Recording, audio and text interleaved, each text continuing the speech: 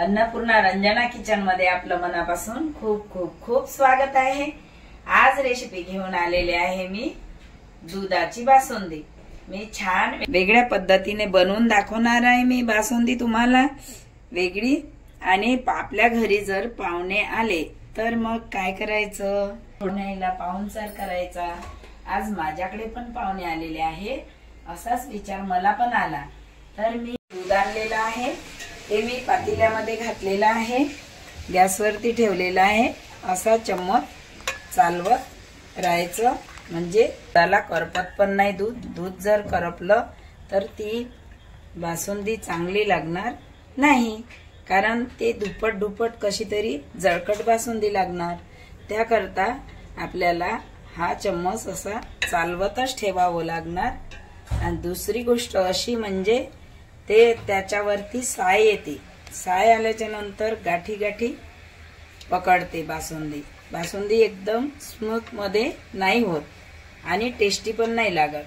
त्याकरता चम्मच चालवतच राहू द्यायचा जोपर्यंत दूध गाढ होत नाही तोपर्यंत चालवत ठेवायचा। बासुंदीला लागणारी सामग्री, बदाम घेतलेली आहे बघा, अर्धी वाटी बदाम घेतलेली आहे मी, आणि काजू घेतलेला आहे, कारण त्याने अधिकच चव आणि टेस्टी बासुंदी बनते आणि गाढी पण होते। विलायची पावडर चवीसाठी, सेंटसाठी, आणि जायफळ घेतलेला आहे, कारण जायफळाने अजीर्ण पोट साफ होते म्हणताना मी जायफळ घेतलेले आहे।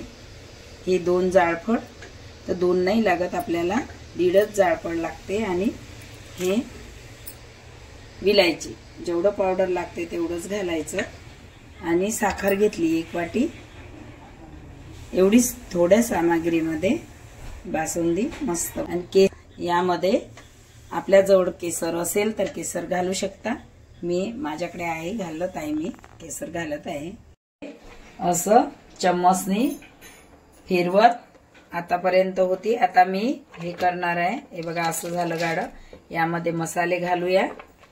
हे एवढं गाढ झालं, लालसर आलं दूध। हे 2 लिटर दूध घेतलेलं होतं, आता हे 1.5 लिटर पर्यंत राहिलं। 22 मिनिटं याला चम्मचनी असं फिरवत राहिली, तर आता मस्त हे छान कलर आलेला आहे। यामध्ये आपण आता हे घालायचं, मसाले घालत आहे। जे जायफळ आणि विलायची पावडर केलं होतं ती घातलं 1 चम्मच। आता मी हे साखर घालत आहे, यामध्ये साखर घातलेली आहे। जे हे काजू बदाम याचं पावडर केलं होतं हे घालत आहे। आता मस्त याला एकत्र करून घेऊया।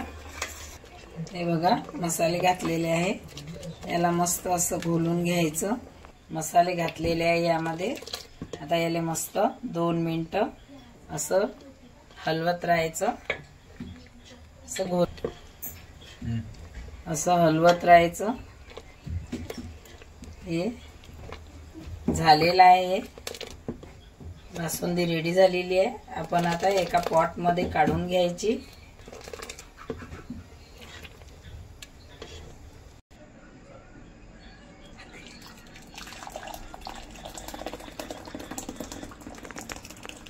रेडी झालेली आहे बघा, किती स्मूथ आणि मस्त मजेदार। आता हिला पुरी सोबत पण आपण जेवू शकतो, आणि तुपातली चपाती सोबत पण जेवण करू शकतो। पाहुण्याचा पावणचार झटपट आणि टेस्टी, सर्वांच्या आवडीचा बासुंदी रेडी आहे। चला आता ताट करूया।